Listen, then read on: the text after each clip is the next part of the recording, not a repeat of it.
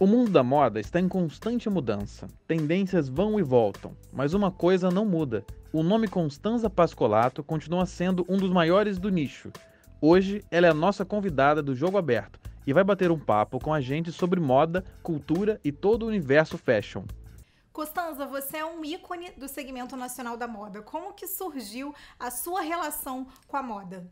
Bom, eu estou aí profissionalmente há 50 anos, que já é uma boa caminhada. Mas, na verdade, eu tive a sorte e o privilégio de ter uns pais que fundaram uma tecelagem que ainda existe, a Santa Constância Tecelagem, né, nos anos de 47.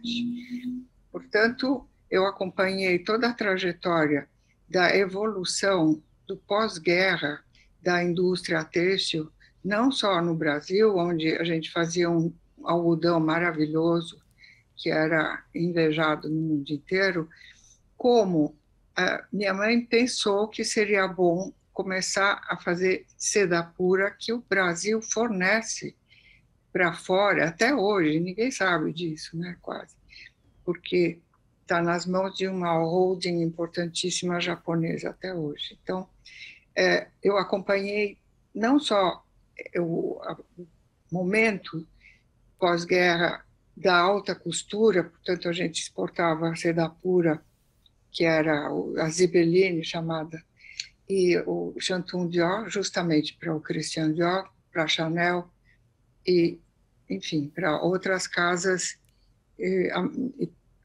francesas, porque o parque industrial deles estava meio destruído, Lyon, né? Quer dizer, e eu sei porque eu viajava já com 12, 14 anos com minha mãe e meus pais, eles me deixavam na entradinha dos escritórios, mas eu ficava observando o pessoal e tudo. Quer dizer, eu estava no meio daquilo que era a indústria de moda, ou seja, de feitura de roupas de uma certa qualidade desde os anos 50, vai. Daí, quando eu comecei nos anos 70, eu já tinha um preparo, de uma certa forma, mesmo tendo feito uma outra vida, sendo mãe, mulher de um banqueiro de muita. Era um jovem muito talentoso, meu marido, que tinha feito uma carreira extraordinária num momento que o Brasil estava com aquisições estrangeiras, sabe? Os estrangeiros estavam colocando os bancos aqui. E quando finalmente eu comecei nos anos 70, eu tive a sorte de fazer isso na editoria de moda de uma revista importante, que era a revista da dona de casa, a Cláudia, e que não funcionava muito para mim, em termos de conceito, porque eu sempre olhava para aquilo que era o auge do luxo, etc. e tal, e não estava com esses interesses, mas eu já via o aparecimento do prêt-à-porter, né, da indústria do prêt-à-porter, que a França, que era a capital da moda, sempre foi, enfim, considerada a capital da moda, ela hesitou um pouco porque ela tinha medo de perder essa hegemonia do luxo, tá? E se ela começasse a fazer prêt-à-porter, eles achavam que barateava. Em vez, teve, assim, grandes designers, tipo Pierre Cardin, que entenderam que aquilo era o futuro. Portanto, eles tinham a moda deles de alta costura, que é todo, eu não sei se todos os alunos sabem, mas é toda uma complicação. Você é um modelo único feito por uma pessoa, todo feito à mão, tem uma série de regras, né? E o prêt-à-porter é simplesmente a moda industrializada. Ponto, né? Papisa, como eu mesmo agora já te chamei, você recebeu uma intitulação por parte da mídia como Papisa da Moda. Como que surgiu esse título? Na verdade, foi a Joyce Pascovitch, que vocês devem conhecer, né?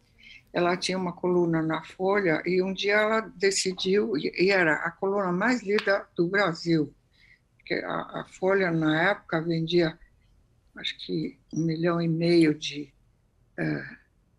por dia, não era por mês, entende? Então, era uma coisa assim, poderosíssima. E, como eu já estava lá, dentro dessa história, eu quero explicar uma coisa para vocês. Isso é muito intimista, tá? Porque já vocês são alunos, então eu não vou, sabe, fazer aquele número assim.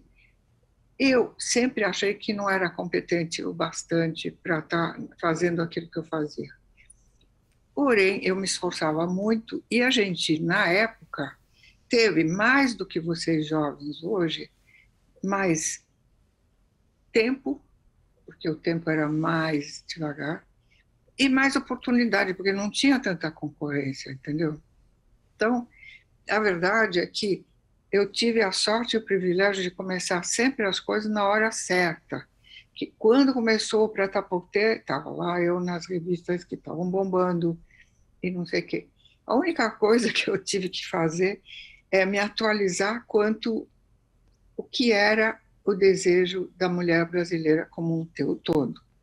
E a minha amiga, que vocês devem conhecer também, que é incrível, que é a Glória Calil, que estava na revista escrevendo, mas ia sair porque casou com esse meu amigo, o Calil, que ela ficou com o nome até hoje, e ela me disse, olha, você vai entrar como editora aqui, não é bem a tua cara esse negócio, mas faz uma coisa importantíssima, que eu nunca esqueci, e que vocês têm que aprender. Leia as cartas das leitoras. Na época não tinha internet, tá? Obviamente. Eu estou te falando dos anos 70.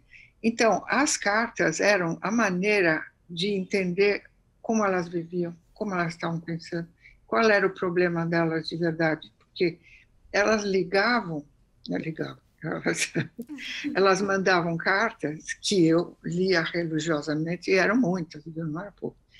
E eu descobri o seguinte: primeiro, elas pediam como se vestir no tal evento, ou como se vestir para tal ocasião, porque isso acontece até hoje, né? Quer dizer, as dúvidas das pessoas que não são formadas dentro de um esquema assim né, de conhecimento de moda. E, ao mesmo tempo, eu via, porque o importante da moda é entender que, como disse o James Laver, que é um estudioso, que foi um museólogo inglês, que escreveu alguns livros fantásticos a partir do final do século XIX até meados do século XX, ele disse: a moda nada mais é do que o reflexo no espelho do comportamento de uma época. E isso vocês têm que ver até hoje. Eu sei que hoje os comportamentos são múltiplos, diferentes, tá? Depois a gente vai falar nisso, dos nichos, dos comportamentos, daquilo que a moda tem que acompanhar, tá? Muitas pessoas se projetam em estilos que já existem, estilos de outras pessoas, e tem muita dificuldade de desenvolver um estilo próprio. Qual o primeiro passo para desenvolver a própria identidade dentro da moda, Constanza? Então, vou voltar para trás de novo, para você ver como é importante. Elas me diziam: meu marido conseguiu um emprego num banco maravilhoso, etc. e tal, e começamos a ter que frequentar jantares, coquetéis, etc. e tal.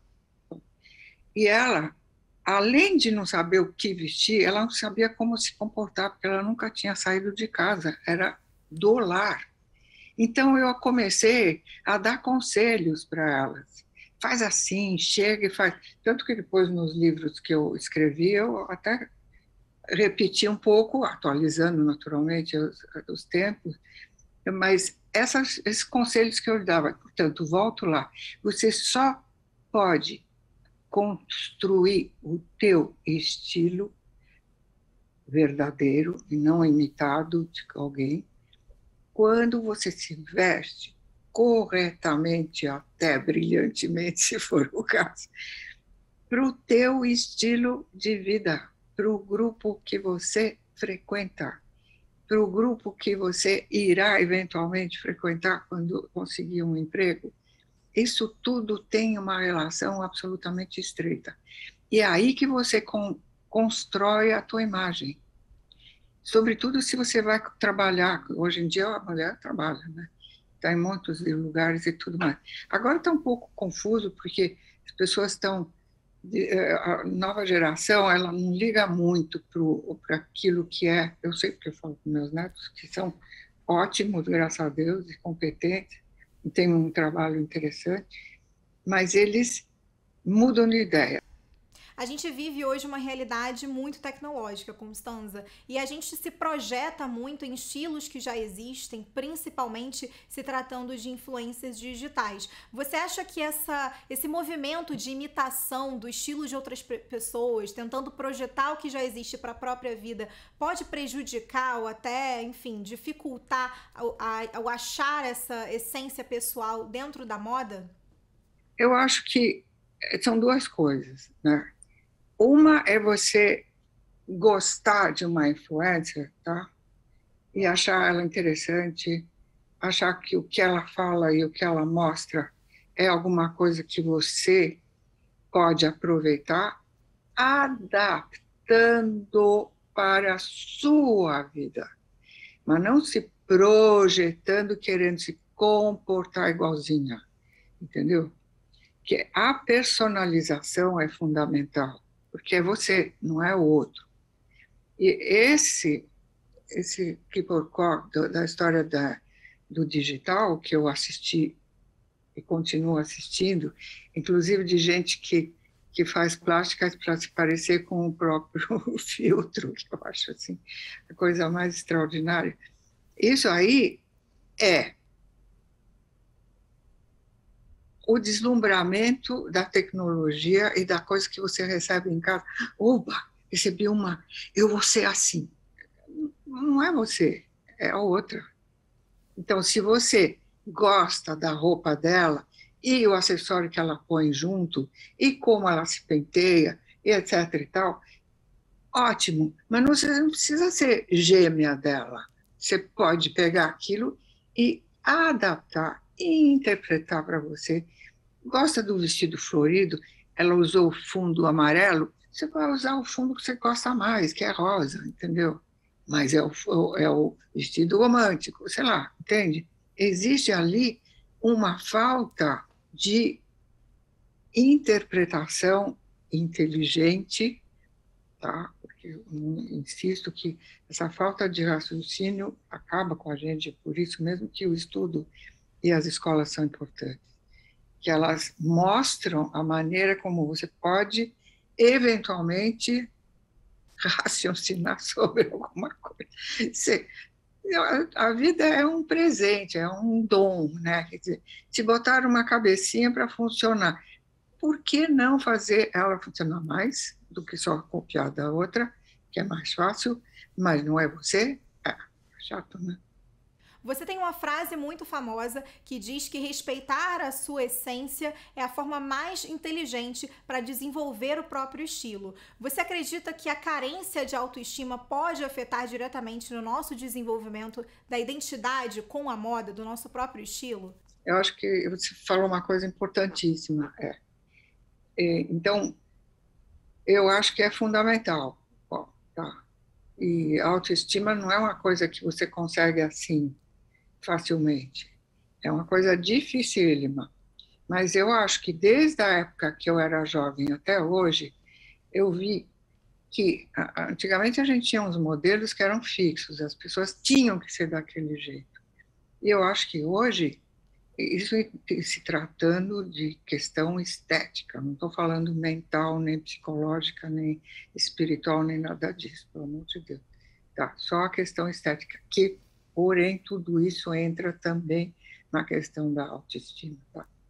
Mas o que a gente consegue ver hoje é que existe uma possibilidade de você ser bacanérrima dentro de grupos que não eram considerados modelos, entre aspas, né?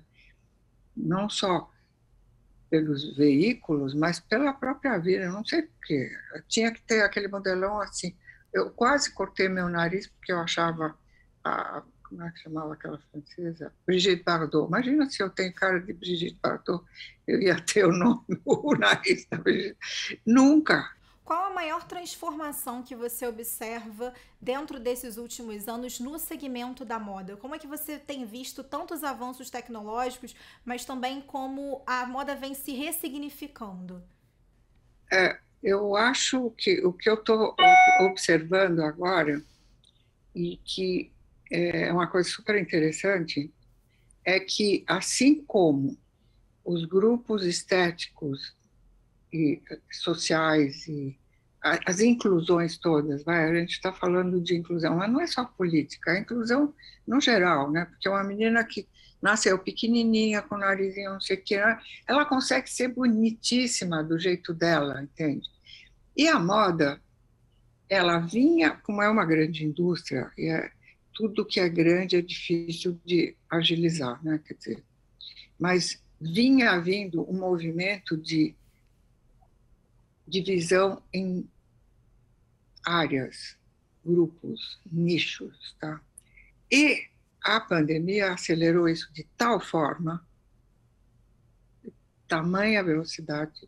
A verdade verdadeira é que eu acho que vai ter um monte de nichos. Eu acabei de escrever na Vogue, né?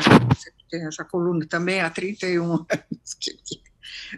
E essa coluna, eu procuro dizer coisinhas que os outros não dizem, então, uma observação da indústria como um todo, e basicamente a indústria do luxo. Então, o que eu escrevi dessa vez foi que eu adorei que uma das marcas do grande conglomerado de luxo, que é a Louis Vuitton Moet Hennessy, o maior do mundo, disse que a Emilio Pucci, marca deles, que não estava indo muito bem, que eles adquiriram a totalidade das ações em julho de 21, tá? Então, eles podiam fazer o que eles queriam, né, com a marca e tal. Eles decidiram que Emilio Pucci é uma marca resort. Resort de luxo, para gente que tem a Bela, sabe, Bela Vita, enfim, de poderosos que viajam. Só que poderosos, eles vendem online, junto com a Mãe Teresa, lançam na mesma hora que mostram, e você consegue um legging por R$2.000, que não é assim uma loucura, se você pensa, entende, no resto.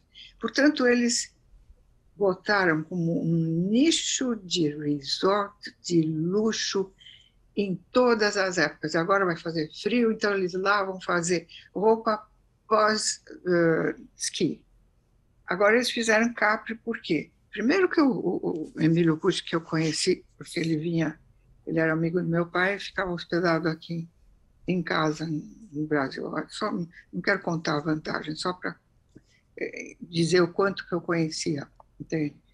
E ele começou fazendo roupa para mulheres que ele conhecia bem, de alta sociedade, que ela não tinha roupa para usar depois da praia, nem depois do esqui, entende? E ele gostava muito de mulher, ele falava, eu adoro mulher. Então ele fazia tudo roupa que valorizava a mulher. Não era assim, aquela roupa dos anos 40, 50, que começou em 51, 47, 51. Imagina. A gente era todo coberto, parecia um pacote, né? Parece um pacote da Amazon. Então, era uma novidade. Então, eles resgataram uma origem inteligente e colocaram no Mãe Teresa, que agora, dia 17, vai ter a nova, porque eles fazem pílula, sabe? Lançam numa estação e depois fica. Depois de um mês, tem novidade. Depois outro, tem novidade. Isso que é o futuro. Você está com o lançamento do livro Puxa Conversa Moda, que vem como uma proposta de um livro caixinha com 100 perguntas sobre moda. O que consiste de fato essa ideia? Como que você idealizou isso? O que é isso aqui? São cartas que você leva para um fim de semana, ou um jantar na tua casa, etc. e tal, e você tem 100 perguntas que, para falar no meu caso, de moda, mas é estilo, gosto, hábito, e muito sai o que as pessoas pensam, sabe? A coisa isso é muito engraçado de assistir, sabe? É muito mais até do que escrever essa coisa. Porque... E, por exemplo, eu estou tirando assim, sem saber o que é. O que é essencial em uma mala para uma semana na praia? Bom, até aí a gente sabe. Aí vem todo mundo falar, opiniões são tão diferentes. E outra pergunta assim, mais complicada. Na sua opinião, qual é a modelo mais linda do mundo, independentemente da época, e por que gosta tanto dela, por exemplo? Obrigada, amorzinho. Obrigada a vocês todos, tá? O Jogo Aberto fica por aqui. A nossa convidada de hoje foi Constanza Pascolato. As redes sociais dela vão ficar disponíveis aqui embaixo. Continue acompanhando as mídias sociais da TV Uva Web e até a próxima. Tchau, tchau!